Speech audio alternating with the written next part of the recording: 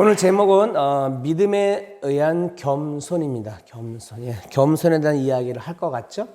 예, 할 겁니다. 예, 예. 근데 그 앞에 믿음이 있어요. 예, 믿음이라는 게 들어가요. 예, 믿음에 의한 겸손입니다. 새신랑, 새신부 잘 들어요. 자, 믿음에 의한 겸손. 믿음과 겸손. 이 말 그쵸? 믿음, 겸손. 믿음과 겸손이라는 두 단어를 보면 이 말에 담긴 뜻은 겸손은 믿음으로만 가능하다. 이렇게 말하고 싶어요. 예, 겸손은. 이 겸손이, 국어사전에 찾아보면은 남을 존중하고 자기를 낮추는 태도가 있음. 자, 이것이 이제 겸손이라 그래요. 그래서 우리 그리스도인들은 그리스도인의 신앙의 가장 덕목이죠. 큰 덕목 중에 하나가 또 겸손이에요. 그러니까 신앙인들은 겸손이 있어야 한다 그래요. 겸손하지 않으면 신앙인이라고 보기가 좀 약간 힘이 든다는 얘기죠. 자, 이 말을 다르게 해석하면은 겸손은 도덕, 윤리와 무관하며 가능하지 않다는 의미가 될 수도 있어요. 예. 자. 근데 어떻게 보면은요, 우리가 중요한 구원이잖아요. 사실 구원에 있어서 어떻게 보면 도덕은 쓸모가 있을까 없을까요? 쓸모가 없어요. 예, 없습니다. 도덕과 윤리는 단 1%라도 구원을 가능케 하는 효능이 없어요. 예. 여러분 아무리 착하게 살아보세요. 구원하고 관계가 없어요. 예. 중요한 거는 그거예요. 물론 그렇다고 내가 착하게 당연히 살아야죠. 예. 하나님의 자녀가 착하게 사는 건 맞아요. 하지만 구원에 있어서만큼은 1%라도 도덕과 윤리는 1%라도 구원을 가능케 하는 효능은 없다는 거예요. 자, 기독교인이 도덕과 윤리를 말하는 것은 구원을 위해서가 아니라 구원받은 그 이후죠. 내가 하나님의 자녀가 되고 구원을 받았어요. 그러면 구원받은 그 후란 얘기예요. 그 이후에 우리의 삶에서 내가 살아가는 삶에 나타나는 덕목과 실천으로서 이해한다는 얘기예요. 네. 필요한 거죠. 그리고 우리의 겸손도 그 중에 하나로 사실은 이해가 돼야 한다는 겁니다. 겸손이 믿음으로만 가능하다고 말씀드리는 것은 우리에게는 도덕이 필요 없다는 의미는 절대 아닙니다. 아니에요. 오히려 도덕과 수준이 다른 세계에 존재한다는 것을 저는 말하고 싶은 거예요. 도덕과 윤리가 질서로 존재하는 세계가 아니라 믿음이 질서로 존재하는 세계의 백성으로 살아가는 것이 바로 저와 여러분이라는 얘기예요. 예. 우리는 그렇게 살아가는 거예요. 그래서 우리에게는 당연히 도덕과 윤리의 모습을 볼 수 있지만 그것은 세상이 이해하는 수준의 도덕과 윤리가 아님을 생각해야 한다는 거예요. 무슨 말인지 이해하시겠죠? 예. 많은 사람들이 도덕과 윤리에 환상을 갖고 있어요. 예. 그래서 나라에서도 모든 사람들이죠. 도덕을 지켜라, 윤리를 지켜라, 그렇죠? 그렇게 살아가라고 이 얘기를 해요. 예. 그리고 나도 그렇게 살고 싶어하고 다 그래, 누구나가. 예. 그게 맞기 때문에 그런 거예요. 세상이 도덕적이고 윤리적이 되면은 어때요? 정말 살기 좋은 나라예요. 살기 좋은 사회란 얘기예요. 모든 사람이 도덕을 지키고 윤리를 지키고 그렇게 살아보세요. 그러면 이 나라가 정말 어때요? 정말 살기 좋은 나라란 얘기예요. 정말 살기 좋은 나라죠? 그런데 이게 환상이라는 거예요. 왜? 그럴 수가 있냐 얘기죠. 이게 환상인 거예요. 자, 이게 환상일 수밖에 없는 것은 사람은 도덕과 윤리를 지키기 위해 자신을 포기하는 존재가 아니라는 거예요. 자신을 포기하지 않습니다. 오히려 자신을 지키기 위해서는 도덕과 윤리도 무시하고 짓밟는 것이 인간성이에요. 예, 이게 인간이란 얘기예요. 그렇기 때문에 우리는 더욱더 어떻게 보면은 믿음의 시각으로 자신과 세상 보기를 우리는 힘써야 한다는 거예요. 예, 우리는 믿음으로 봐야 돼. 믿음으로 이겨야 하는 거예요. 이게 힘든 거예요. 예. 똑같은 세상 속에 우리가 믿음으로 들어가서 그 속에서 우리가 살아간다는 자체가 정말 힘든 거죠. 왜 힘든 거예요? 자, 오늘 이제 본문 가볼게요. 9절에 보면은 9절에 시온에 따라 크게 기뻐할지어다 예루살렘에 따라 즐거이 부를지어다 보라 내 왕이 내게 임하시나니 그는 공의로우시며 구원을 베푸시며 겸손하여서 나귀를 타시나니 나귀의 작은 것 곧 나귀 새끼니라 라고 말씀합니다. 자, 이건 메시아에 대한 선지자의 예언이죠. 예. 이제 메시아가 올 거다. 메시아가 오실 거라는 선지자의 예언이에요. 예언 내용을 보면은 장차 왕으로 오실 메시아는 겸손하여서 나귀 새끼를 타신다는 거예요. 이거를 문자 그대로 해석하여 만약에 바꿔보면은요, 왕이라 할지라도 나귀 새끼를 타지 않고 말을 타면 교만한 거네. 바꿔 생각하면요. 그쵸? 이거를. 그러니까 나귀가 아니라 말을 탔어. 그러면 이건 뭐 교만한 뜻이 될 수 있겠네요. 왕은 누구나 말을 탈 수가 있어요. 예, 말을 탑니다. 왕이 아니라 할지라도 뭐랄까요? 돈과 힘이 있는 자라면은 말을 타요. 타잖아요. 그런데 자, 메시아가 왕으로 오셨으면서도 왕이 권위에 합당한 말을 타지 않고 나귀 새끼를 타는 것은 권위를 버림으로써 스스로 낮추는 것이기에 겸손이라고 생각을 지금 하는 거예요. 자, 이것이 세상이 이해하는 도덕과 윤리 수준의 겸손이에요. 예, 세상이. 하지만 자, 말씀드리고 싶은 것은 왕이 나귀를 타지 않고 말을 탔다고 해서 권위적이며 도덕적이지 않고 교만하다고 말할 수는 없어요. 없습니다. 나귀 새끼를 타면 겸손이라고 하면서도 말을 탔다고 해서 교만이라고 말할 수 없는 것이 도덕의 한계라는 거예요. 자, 그래서 성경은요, 이 성경은 도덕의 시각으로 이해하고 해석할 수가 사실은 없어요. 없습니다. 이거는요. 자, 그 얘기를 하고 싶은 거예요. 만약에 예수님이 우리가 이해하는 겸손을 보여주시기 위해서 나귀 새끼를 타신 것이라면 차라리 아무것도 하지 말아야죠. 그냥 걸어오셔야지. 그렇죠? 그냥 걸어오셔야 돼요. 아무것도 타지 않고 걸어서 예루살렘으로 들어가셔야 한다는 얘기예요. 이렇게 말하면. 굳이 나귀 새끼를 타실 이유가 없어요. 없습니다. 현대의 시각에서는 나귀 새끼를 타신 것이 오히려 비난의 이유가 될 수 있어요. 예. 비난의 이유가 되죠. 예전에 어떤 사람이 비난할 때 그랬어요. 아니 예수님이 왜 나귀 새끼를 타고 와? 예. 비난의 이유가 될 수가 있음. 요즘 말로 말하면 동물 학대예요. 어떻게 새끼를 탑니까? 당장 신고해갖고 당장 아마 걸려 들어갔을 거예요. 동물 학대가 있기 때문에. 요즘 길에서 여러분 강아지 못 때려요. 때리는 거 누가 신고하죠? 바로 출동해요. 동물 학대 걸려요. 지금 우리는 그런 세상에 살고 있어요.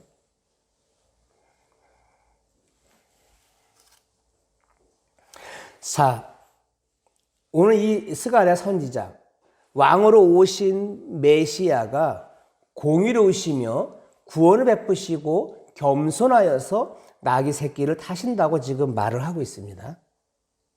즉 나귀 새끼를 타신 것이 공의가 되고 구원이 되며 겸손이라는 거예요. 단지 나귀를 새끼를 타셨을 뿐인데, 자, 그럼 보세요.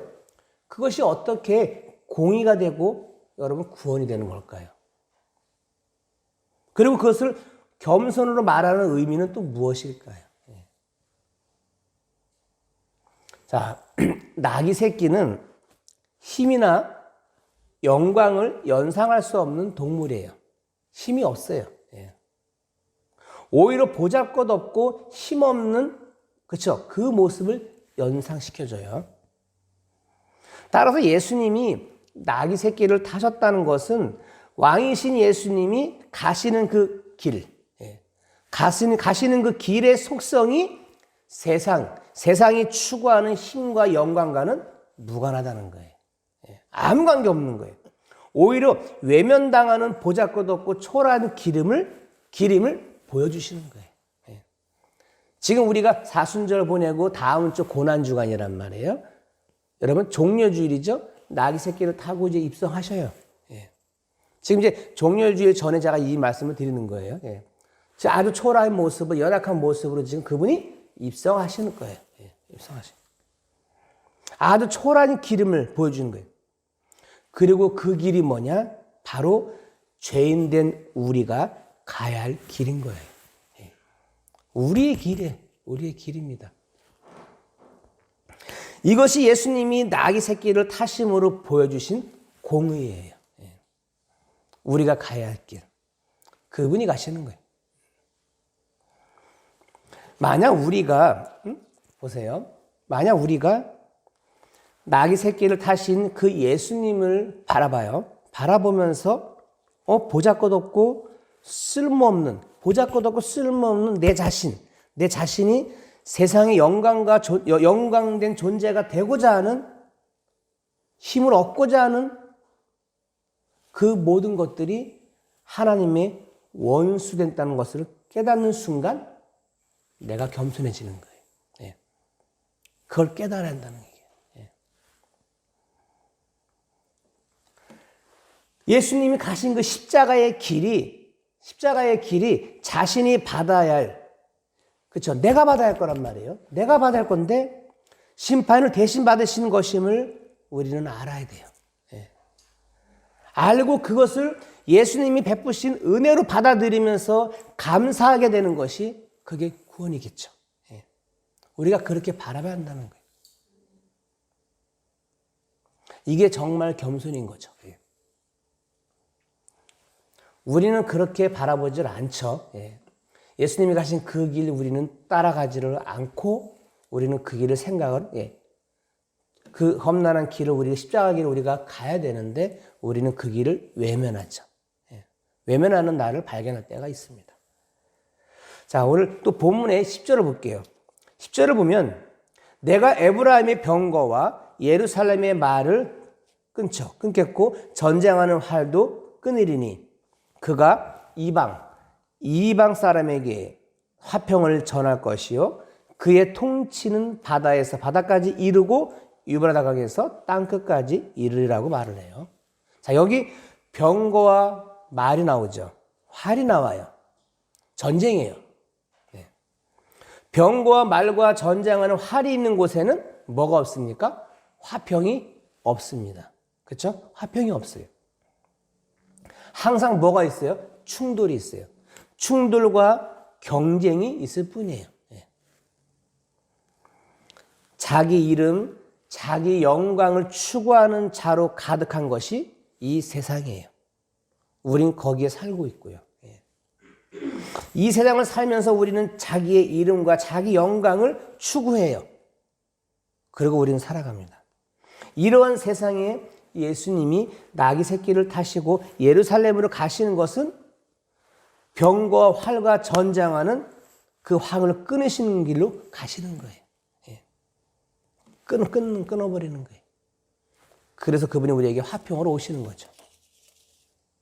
자, 그러므로 우리가 예수를 믿는다는 것은 어떻게 보면은요, 나의 힘과 영광을 얻기 위한 길이 절대 아닙니다. 내가 예수 믿어서 뭐 혜택을 받고 뭘 받고 그런 거 없어요. 없습니다. 오늘날 기독교가 개독교가 됐고 기독교가 추락하고 많이 떨어졌단 말이에요. 많은 사람들이 교회를 다니는데 물론 참 이런 마음으로 다니면 좋지만 그렇지가 않은 거예요. 맘모습 위에 뭐 있고 그런 데 가고 그 사람들 속에 전부 다 뭐죠? 나를 나타내고 내 영광 받으려고 그러고 내가 추구하고 어떤 이익을 위해서 가고 하여튼 여러 가지 일들이 막 생겨나요. 오늘하고 정반대 이야기예요. 사실은. 그러다 보니까 거기에서 막 뭐죠? 경쟁, 투쟁 막 일어나고 또 그 안에서 또 싸움이 일어나고 예. 정말 그렇습니다. 그러다 보니까 옆에 있는 사람들이 볼 때 어떻게 저 사람들이 기독교이냐. 기독교가 아니라 개독교지. 왜? 소리 지르잖아요. 소리 잘 지르잖아요. 예. 개가 여러분 짖어요. 예. 그 의미로 개독교라고 집어넣은 것 같아요. 제가 볼 때는.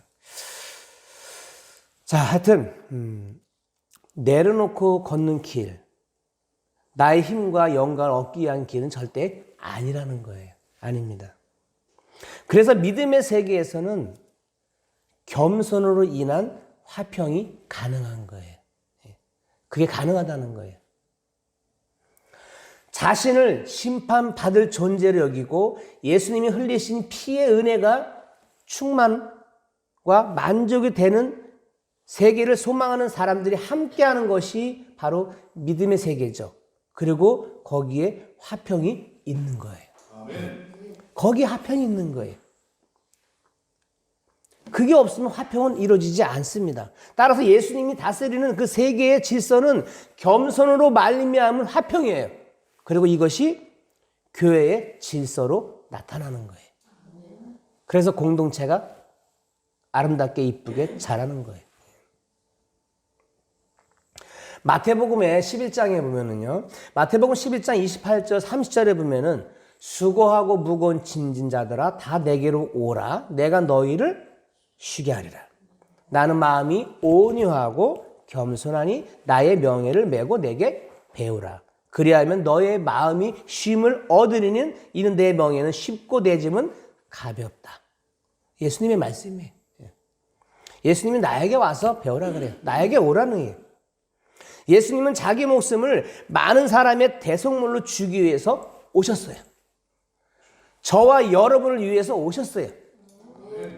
그걸 알아야 돼요. 그걸 느껴야 돼요. 그걸 알지 못하고 그걸 못 느끼면 여러분 사순절의 의미가 없어요. 고난의 의미도 없어요. 아무것도 의미가 없어요. 정말 그분이 나를 위해서 오셨다. 예, 그게 느껴져야 돼요. 그 순간 내 마음이 찡해야 돼요. 예. 자, 자기 목숨을 줄 많은 사람들이 모두 예수님 편에 있지 않아요. 반대편에 있단 말이에요. 예수님이 가실 때 예수님을 따르는 사람들은 다 반대편에 가 있어요. 네. 그런 자들을 위해 자기 목숨을 대속물로 주셨다는 것은 예수님은 철저하게 자신을 위한 삶과 무관한 길로 가셨음을 뜻하는 거예요. 전혀 무관한 길이에요. 자신을 십자가에 못 박은 자들을 위해 목숨을 내놓으신 그것이 바로 예수님의 온유고 겸손이라는 거예요. 그래서 나에게 와서 배우러 가시는 거예요. 우리는 예수님의 온유죠. 온유와 겸손 앞에서 좋은 신앙을 가진 훌륭한 사람이 되고자 해요. 그렇죠? 되고자 합니다. 되고자 하고 그런 사람으로 인정받고자 하는 거 여러분 그 자체가 저는 죄라고 얘기하고 싶어요. 그 자체가 저는 죄라는 것을 제가 왜? 그 자체가 어떻게 보면 겸손이 아니라 교만으로 갈 수가 있죠. 저는 죄라고 보고 싶어요. 그래서 예수님을 알게 되는 우리가 예수를 알고 우리가 할 수 있는 것은 허물이 있는 자, 우리 허물이 있어요. 허물이 있는 자 그대로 예수님께 나와서 심판이 당연한 죄인됨을 우리가 뭐죠? 고백하는 거예요. 그래서 우리가 오늘 예배 나올 때도 우리 있는 그대로 나왔어요. 그대로 나와서 그대로 고백하는 거예요. 그대로 고백해야죠. 왜? 이미 예수님은 너희가 죄인이었잖아. 너희 허물 많잖아. 우리 예수님은 우리를 분명히 다 알고 계시기 때문에 나 있는 그대로 나와서 주 앞에 나의 고백하고 내가 다가가는 거예요. 이것이 그리스도 안에 있는 여러분 우리죠. 믿음의 신자들이죠. 그게 바로 그게 겸손인 겁니다. 겸손이에요.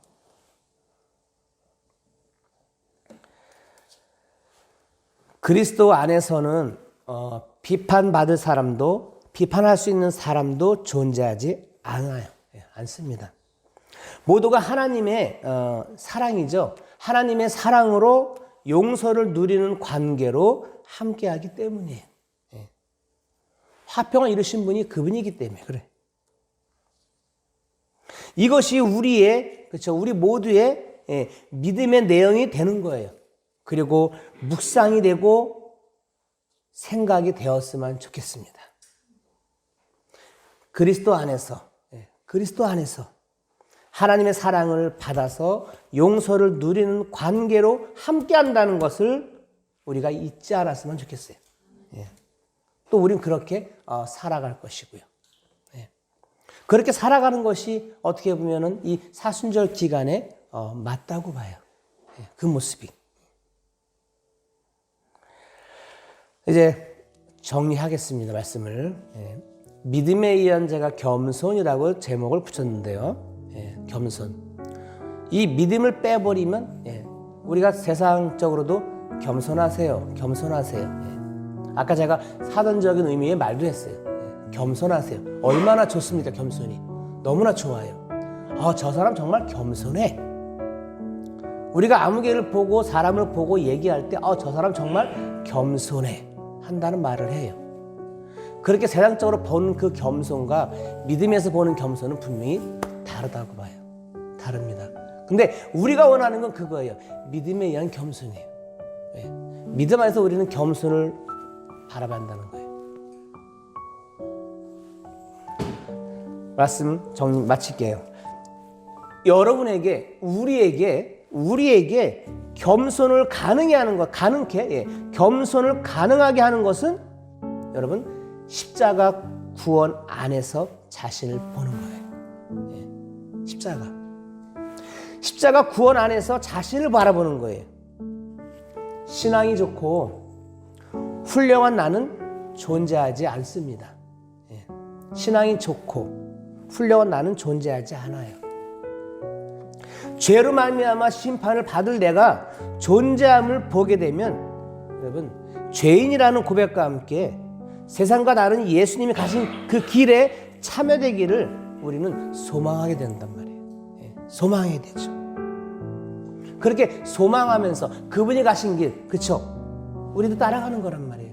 따라가면서 거기를 소망해요.